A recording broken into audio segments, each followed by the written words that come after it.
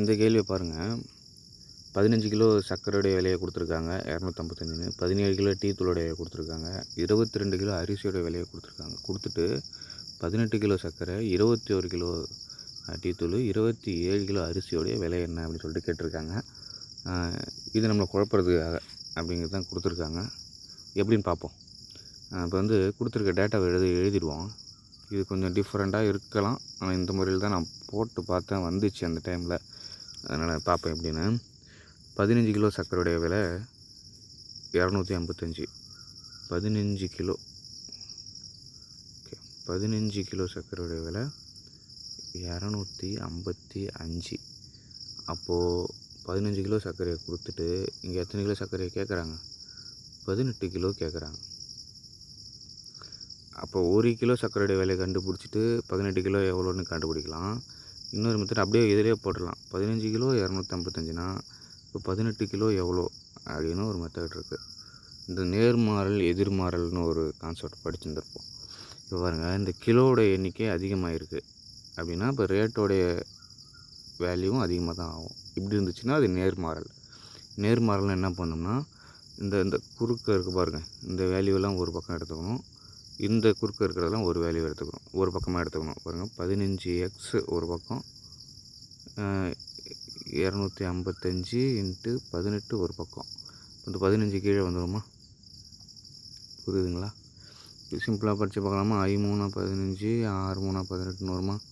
4 5 5, I 5 25, 4 5 5 வரும். அப்போ பெருக்கணும்னா 4 6 6, I 6 30.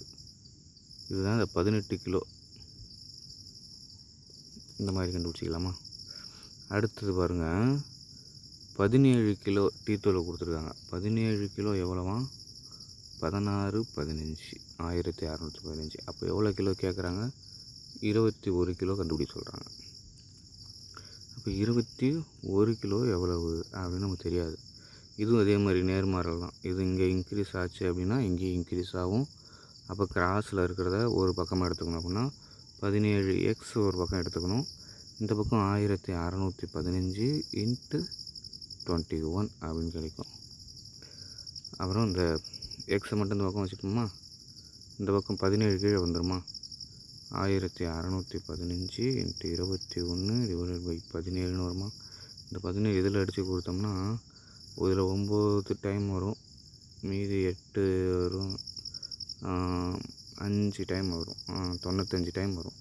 அப்போ 95 × 21, 95 ஒரு டைம் போட்டோம்னா 95, 95 2 டைம்னா 2 10, மீதி 1, 9 2 18 19.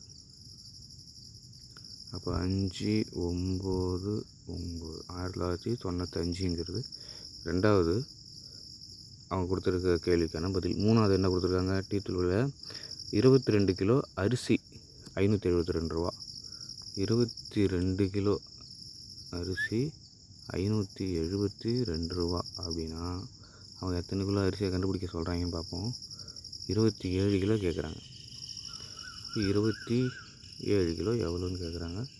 அதே மாதிரி இப்போ இது ஒரு பக்கமாக வந்துடுமா? 22x = நமக்கும் 572 × 27. அப்போ அடிக்கலாமா? இது 11ஆம் வாய்ப்பாட்டில் அடிக்கலாம்னு நினைக்கிறேன். 2 11 22, 5 11 55, மீது 2 2 11 22 × 27. திரும்ப 2ஆல் அடிக்கலாமா? 2 2 4, மீது 1 6 2 12. அப்போ 26 × 27, 27 × 26 போடலாமா?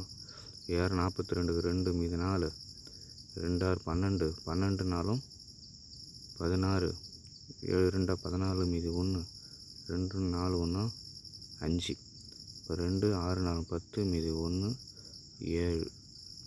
அவ்வளோதாங்க. இந்த 3 வேலையும் கூட்டணுங்க. 702 1995, அங்கே கண்டுபிடிச்சது 306.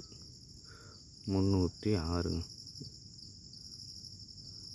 6 5 11 13, மீதி 1 10, மீதி 1, இங்கே ஒரு 10, இங்கே ஒரு 10 20, மீதி இந்த பக்கம் 3003 தாங்க ஆன்சர்.